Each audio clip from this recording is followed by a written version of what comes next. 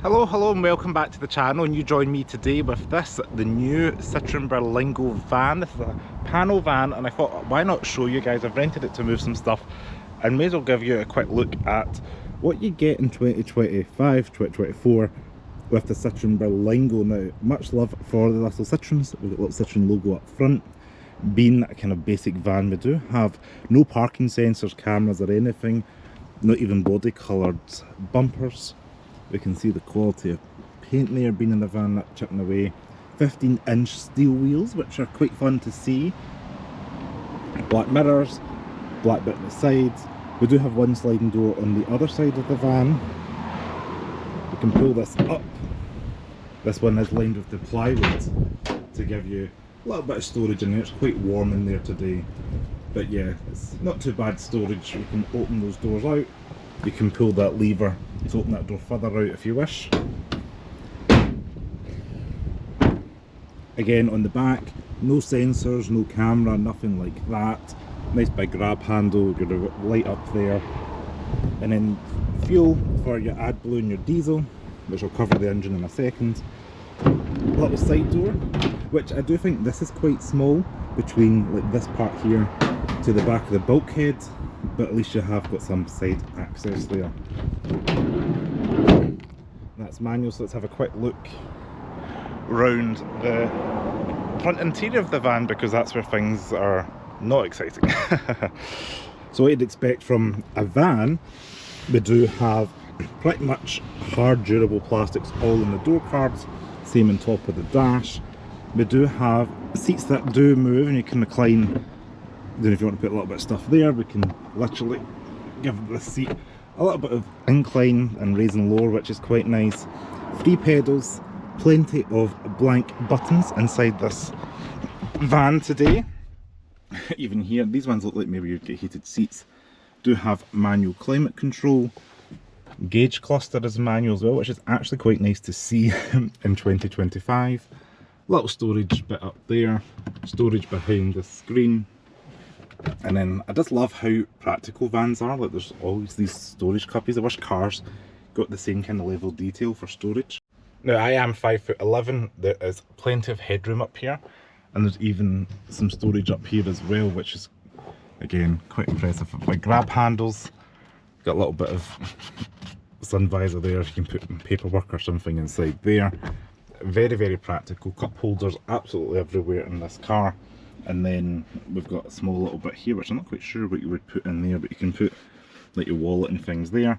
6-speed manual, or you can get the automatic. So we do have seating for free up front, which is quite nice to see. You don't get that in cars either these days, but again in the van we're able to get free abreast. Do feel sorry for whoever's in the middle there, because they're going to be rubbing legs with the passenger or sharing the gear selector here. But yeah, electric windows and electric mirrors, which are welcomed. I wasn't expecting that on a kind of basic van here. And no fancy controls in the steering wheel, or even a rather steering wheel itself. It's just kind of plastic with a groove in it. And we do have a physical key, which I will show you now. A little switchblade key, Citroen logo in one. Literally go ahead, put it in here. That little 1.5 comes to life, and you can see the little screen popping up. It's not the best controls in the world. It does have radio, which is important, I guess, for a little trip. Give it a moment. While we're waiting for that to load up, we do have manual climate down here, which I like the fact you can see physical numbers. Just quickly turn that to whatever fan speed you want, airflow, air conditioning, etc. Here we go. So here's your radio. You can go through your presets or frequency. There's none set in there.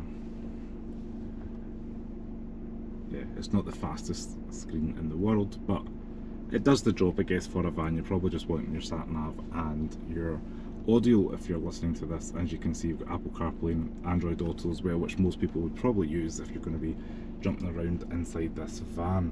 It's got the basics. It's got your aircon, it's got your Apple CarPlay. And being a French vehicle, we do have your speed, cruise control and speed limiter on the left hand side here, and then on the right hand side is where you're going to see your stock to change your radio and things like that. But yeah, not too much complex things going on in here, just a plentiful storage van. But yeah, let's get it out on the road so you can hear and see what it's like to drive. One thing before we do that, this annoys me. So if I put the window down, it goes relatively flat, but for some reason this bit's here so that you can't like rest your elbow. It just kind of is forced against this bit of metal. I don't know if that's a design detail just for the Citroen Berlingo, but that is pretty frustrating, if you say so myself. Alright, you join me inside the Citroen Berlingo van on the road. Now, you do sit up fairly high, especially for UK standards. I'm sitting higher than maybe something like a Nissan Qashqai, which is a nice kind of vantage point. However, it is taking a moment because we don't have like the virtual mirror that some of the vans have up the top. The mirrors are quite small on the side in terms of visibility. We do have a transit blocking the road at the moment in front of me, which is amazing. So one thing off the bat is it is noisy in here, between the engine, wind noise, road noise, and there's a constant rattle in the back, which it is completely empty in there, so I don't know what's rattling, but I've been driving this for about 2 hours now, and it's just a constant rattle behind my right ear, which is really annoying if I was going to have one of these vehicles as my everyday work companion. Now, the last van I was in was an electric Ford Transit, which had none of this rattling or that loud engine because it was electric. So I can see the cause for an electric, because the diesel is quite loud. The gearbox itself is not that bad. It's not super engaging, but it's not like all doom impending, like make you feel nervous about driving a manual or a van. It's definitely not that. It just does the job. I would give it probably a solid, I think it's got a pretty average score feeling. Both diesel variants of the Berlingo use the same 1.5 litre HDI diesel engine. This is the 6-speed manual with about 100 horsepower. If you do get the automatic, that increases to about 130 brake horsepower, and then you get 250 Nm of torque in the manual and 300 in the automatic, so you get ever so slightly more in the automatic. Excluding VAT, they start around £22,000. This colour I believe is called Icy White. And also, when I was looking up the configurator, you can get that Perlinella Black, which was my favourite word to say last year when I was reviewing the Citroen passenger cars. So it seems to have transferred some of the colours across for the commercial vehicles. But we're just about to get onto a bit of road that's 60, 3, 2, 1, and we're off! I don't know how much road noise you're going to hear coming through in the camera and the microphone, but it is loud in here. That is me at 60. We do have cruise control, which is a nice option to be able to use in a van. I wasn't expecting to see that.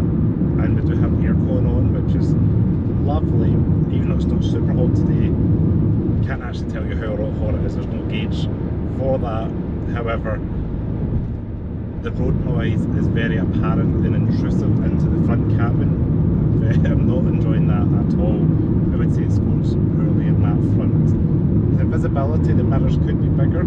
I would like a digital mirror up the top, just to help overall safety in driving. Or parking sensors would be nice as well, but you'd probably get used to the size of your van, and I guess that would push the price up on a higher trim level, because you can get various sizes of the van as well. You can get the standard panel, you can get one with more like a crew passenger, a bit longer, and there's a couple of variants as well you can add to that. So you can start off with this basic panel van, said it's about 22,000 excluding VAT. Now this is perhaps, and I'm going around the noise, but I have driven a few vans in other commercial vehicles, and this feels like it's allowing the most noise and vibration into the cabin out of them all, so I'm not super pleased with that part of the vehicle. Again, if you got a higher trim level, maybe the suspension's better, and then maybe it does have some noise deadening material into it, but please bear in mind that this is one of the base trims, and it is less than present. There are a few trim options as well, depending on your spec. If you're going for the standard panel van, there's a base, a middle, and I think drivers is the one that's the kind of their top of the range, what comes with like the hubcaps on the wheels and a couple of other goodies like the infotainment screen and things like that. I believe this is the business profile or business plus or something. It's like the middle spec one. I said we'll throw stuff on from the configurator on an overlay in the edit so you can see what this middle trim is. I am just wishing I've done this part of the video stationary, because by God it's so loud in here, so hopefully you can hear me. So, Citroen claim around 145 grams per kilometre of CO2 with this engine, and you're going to get about 50 miles to gallon claimed. I'm seeing about 46 miles to gallon today, so 50 is not far off, which is pretty economical. I do think if it had a little bit of some sort of hybridisation or electrification, that CO2 figure would be lower, but yeah, for a kind of basic diesel it's not too bad. It's 145 grams of CO2, it's not terrible. It's worth mentioning for people conscious about the environment and things like that with regards to buying fleet options. Overall, what do I think about the Citroen Berlingo van? Well, it does what it says in the tin. It is a semi-affordable option in the van sector. It's small and compact in comparison to a standard size van. So maybe if you've got a small business or something, you just need something to get around. It's not too daunting to drive. It's not super big. Trying to park that in a city centre, wherever it may be. The proportions are kind of crossover size in terms of width and height. You can get it in the drive quite easily. So that's not too bad. What I dislike about this van is the road noise, that part of the window, and just the overall vibration in the cabin. There just seems to be a lot of deafening background noise, which I think would really irk you on a longer trip. So the rattling is just, when this van's completely empty, it's like rattle, rattle, rattle, rattle. Somewhere here over my ear is not pleasant at all. But yes, prices start from around £22,000 excluding VAT, and if you are looking for one of these, you may as well give it a shout out. But just go in knowing some of the things that I have mentioned from my perspective of driving this Citroen Berlingo. I do wish to get a Renault Kangoo or something on just to compare it directly, but see what we can muster up for the channel. So I just want to say thanks very much for watching. I know commercial vehicles are not something I jump into too often on this channel. If you made it this far, why not give me a like, subscribe to the channel below and share with your friends. And again, apologies for any deafening noise coming through the cabin. I will try and get as a quieter vehicle for the next video. See you next video. Ciao.